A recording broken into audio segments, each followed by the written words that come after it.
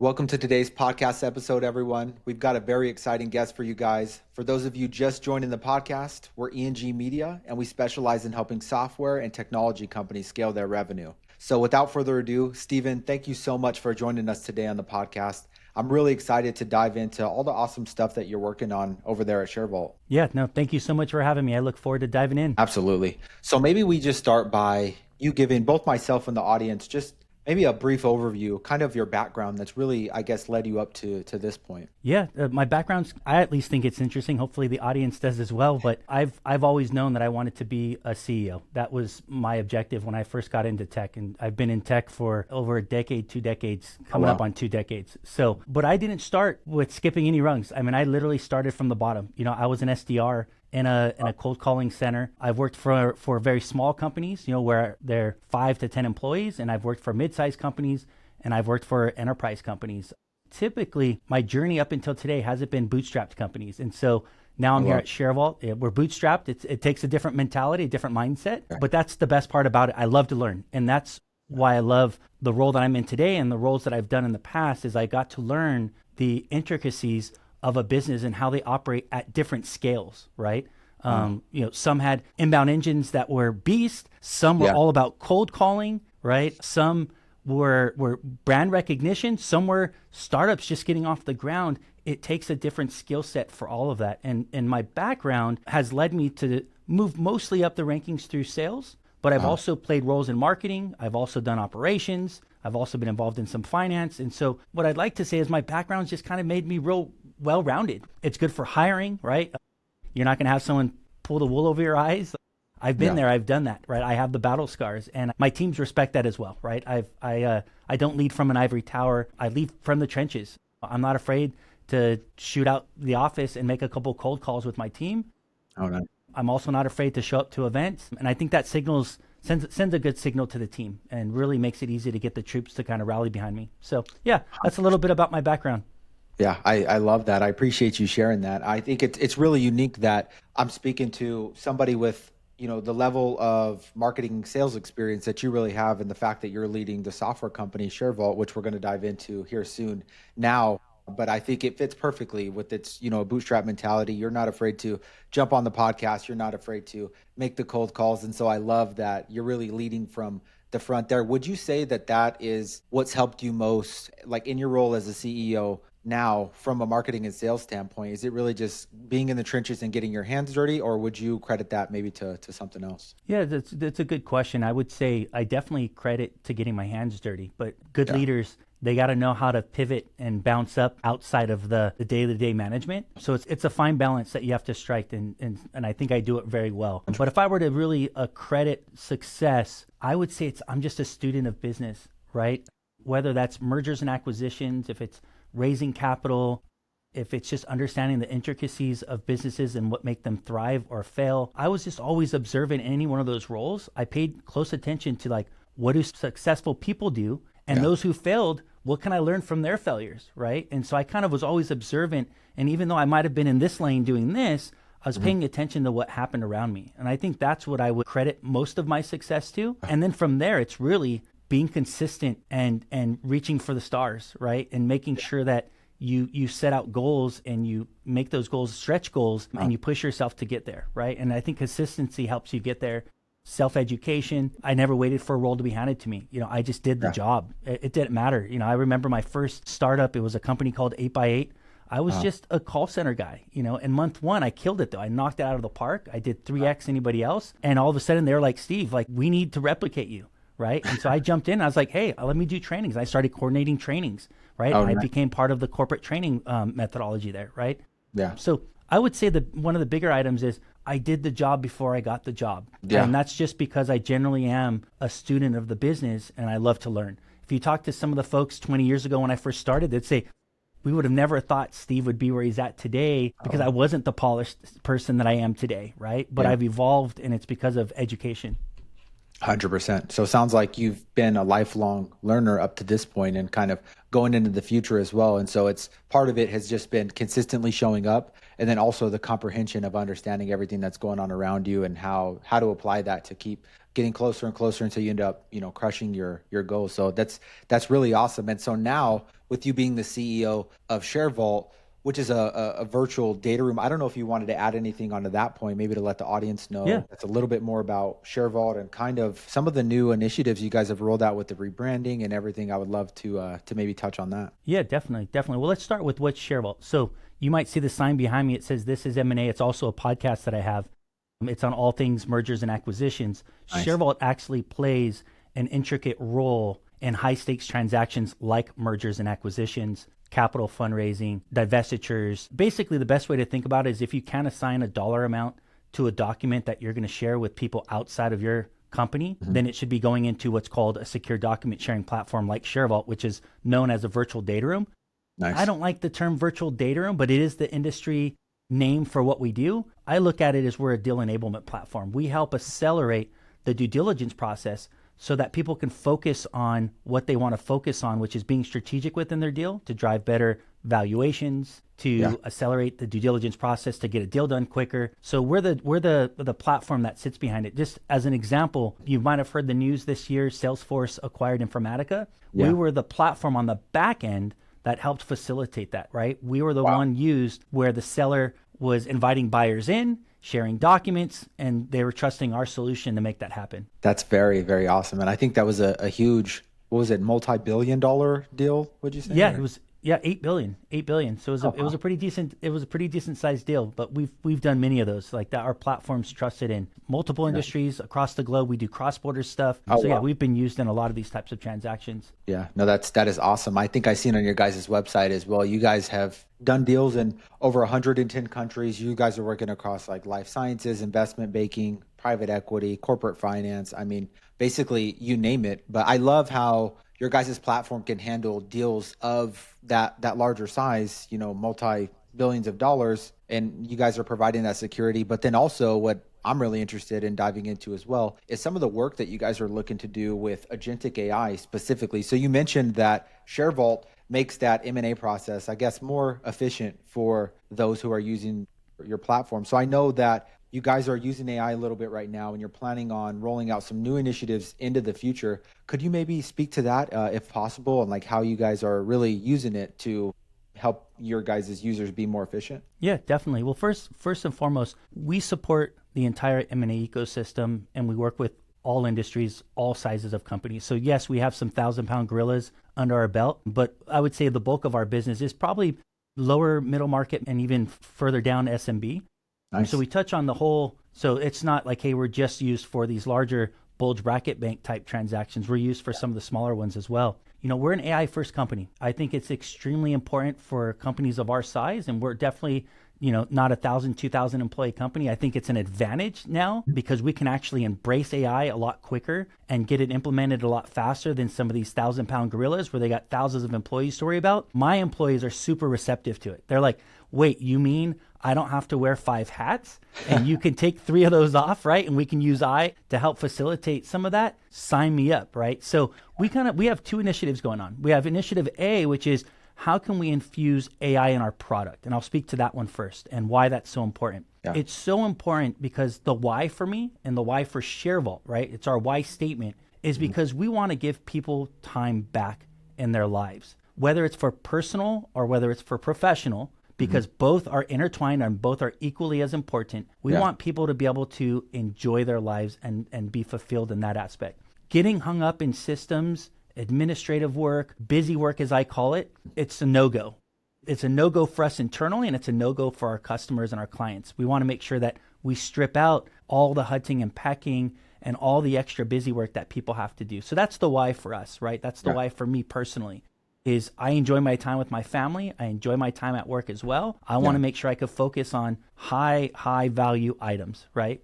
In both of those equations. And so when it comes to AI internally, what we're doing is we're rolling out a bunch of initiatives to embrace it, right? So, we have a spreadsheet, for example, that says, hey, list out every AI agent that you can think of, and every department has access to this, and go list it out and let us start picking away at it. We'll go build out AI agents to do as much of this stuff as we can. We're never going to replace our people. Our people are our most valuable asset. There's no replacing face-to-face interactions, but there's a way to enhance that so we can deliver a better experience internally, so we can operate more efficiently, but also externally. So when it comes to AI on our product, we think about it the same way. How are we going to accelerate the due diligence process? So the world that I envision is you got this, I don't know, call it 20 folders that are a mess. And you all of a sudden got someone who's interested in your company. It's going to take you months to sift through that folder and to clean it all up and to do all this work. And maybe I'm exaggerating by months, but you get my point. We envision a world where you just take that, you drop it into the data room. We automatically do that for you, right? We move documents around, we put them where they need to be at. And we're one of the only data rooms that are connected to where these documents typically sit, right? Before they go into the due diligence process. So if you think of like Google Drive, Dropbox, Box, SharePoint, we integrate with those systems. And so that connection is going to make it easy for us to do that, to take the documents, bring them in, organize them, restructure them. Basically, our objective is how do we allow companies to put their best foot forward in these critical due diligence processes like an M&A, right? Yeah. So because how you show up, how buttoned up, how organized you are, how quick it is for someone to get in and get out, right? How easy is it for you to redact the documents that have sensitive information? We look at it as the quicker you can do those things, it sends a signal to the market. It sends a signal to buyers that says, this guy's buttoned up, they're organized, right? They got their shit together, right? Yeah. And that's what companies right now in this current market environment, those are the companies that are getting bought. Right? It kind of slowed down, but it didn't slow down for great companies. And great companies aren't just EBITDA and revenue anymore. It's how operationally efficient they are. And again, a data room sends that early signal to say they're buttoned up, they're organized, they're structured. Yeah, no, I love that. I think the saying goes, how you do anything is how you do everything. And so it's awesome to see how you guys are helping the companies who use your platform contribute to the overall, I guess, understanding and feeling of how they look at themselves as a business and how they operate as well. So that is very interesting. And one question that I had as well is, you mentioned how sensitive it is from a time perspective of being able to get these deals across the board. Like one thing I love about our company, and as far as the size being fairly on the smaller end compared to others in our industry, is like the level of service and support that we're actually able to provide to our clients. So I know with ShareVault, you guys provide like 24/7 service and support, and for people who are using your platform specifically, are you getting like, I guess, really effective feedback loops from the users of the platform to continue making it better, like as you guys move into the future? Oh, definitely. You're right. We have 24/7 support. The industry that we're in is very high demanding. The whole objective is for them to never have to call into support. But if you do, guess what? We're there, right? Nice. And then we have a tier above that, which is what we call our project management or customer success. Those are the ones that are a little more business savvy, who can speak to the process based on your business application and how you plan to use the platform. So we do that as well.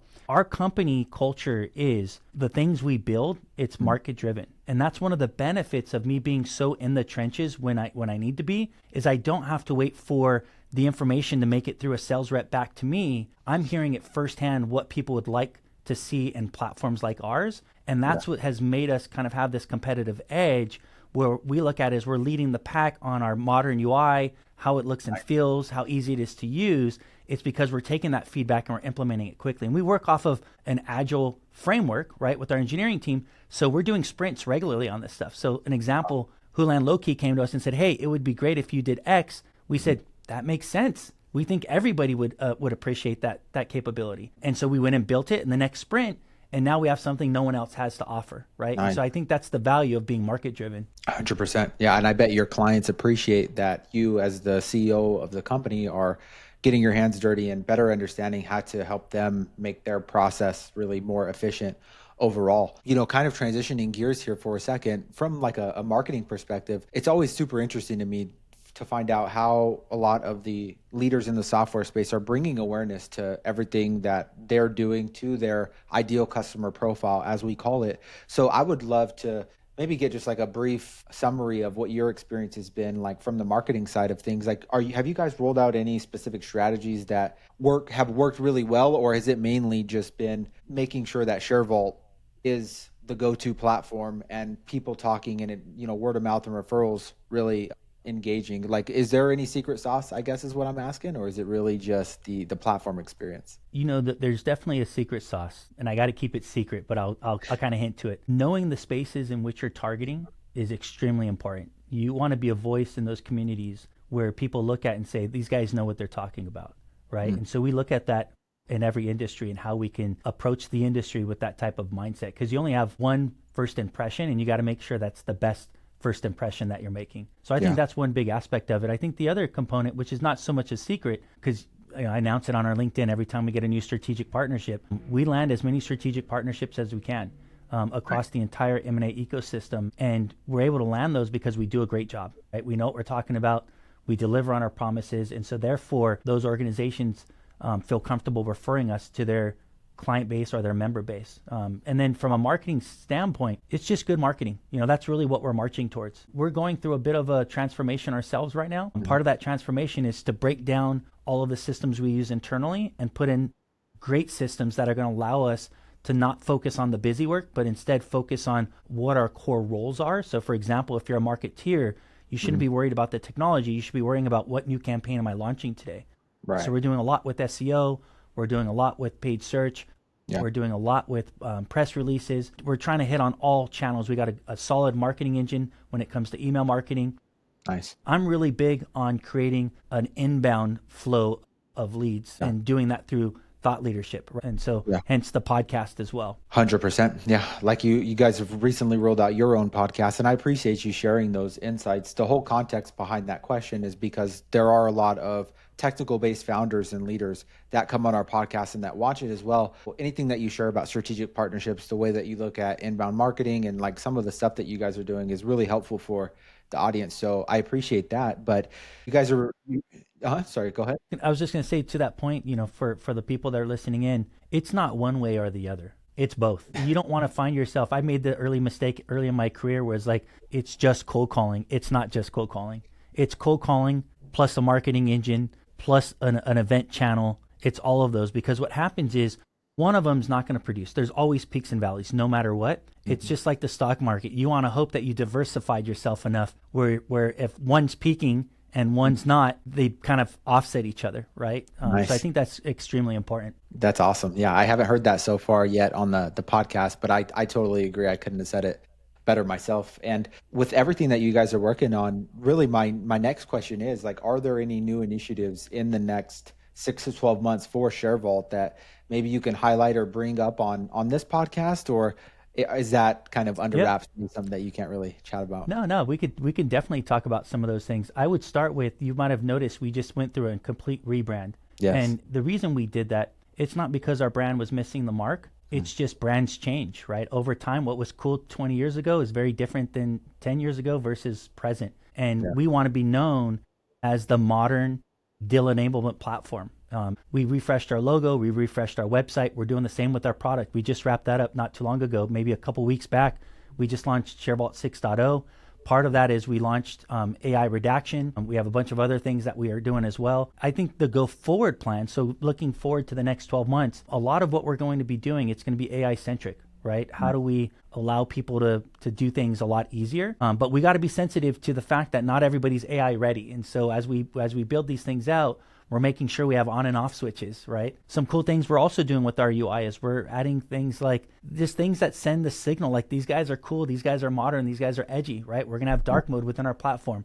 There's no other data room that has that, right? Something so small and so trivial, but for certain generations, they care about those things, right? Above and beyond that, we're looking at ourselves as how can we do something on the front end, on the back end of mergers and acquisitions. So when they post-merger, or acquisition, how can our product play a role in that? And how can we also play a role on the front end? So we're working towards new functionality and capabilities that support that. I think one of those is going to be project management, right? So typically an investment banker is going to come to a CEO and say, hey, we need X, Y, and Z documents, and we need them to go to these sections. We're going to do some project management that says, all right, he's 90% complete with what he needed to upload, things like that. So that's the direction we're going. And then we're constantly taking user feedback and developing the product from there. So I'm sure there'll be a couple customer requests that'll make it to the roadmap as well. We have a much richer roadmap than that, but those are Oh just yeah. some of the things that are coming. I love it. So much innovation sounds like coming into the near future. Just you guys are going to become more efficient. The platform is going to become better. And then you guys are also branding yourself to match it as well. So very, very, very exciting. And for anybody that wants to follow along with maybe what ShareVault's doing, or maybe they want to connect with you because you are doing thought leadership more and more on social media outside of the website, what would you say is the best social media platform for the audience to go and connect? I would say LinkedIn. If you go to LinkedIn, look up Steven Monterroso. That's Monterroso. There's not many of us Monterosos out there, so you'll find me pretty quick. ShareVault. I would also say connect with us on This Is M&A, which is our podcast, and ShareVault.com. Awesome. That's perfect. And I'll be sure to include links in the description of this video to your guys' podcast, social media, and then the website, of course, as well. I highly recommend that you guys do go check out ShareVault and all the awesome things that they're working on. But really, other than that, Stephen, I just wanted to tell you thank you so much again for your time and really for your insights today. And I appreciate you having me on here. Absolutely. Is there anything else that you want to leave the audience with before we wrap it up here? Or do you think we pretty much covered it? We covered quite a bit. The one thing I'll just leave with is just stay deal ready. A lot of people that are getting involved in M&A, fundraising, they wait till the event is actually happening. Mm-hmm. You need to get deal ready far in advance. So just stay deal ready. 100%. I love it. Well, there you have it, guys. We will catch you in the next video.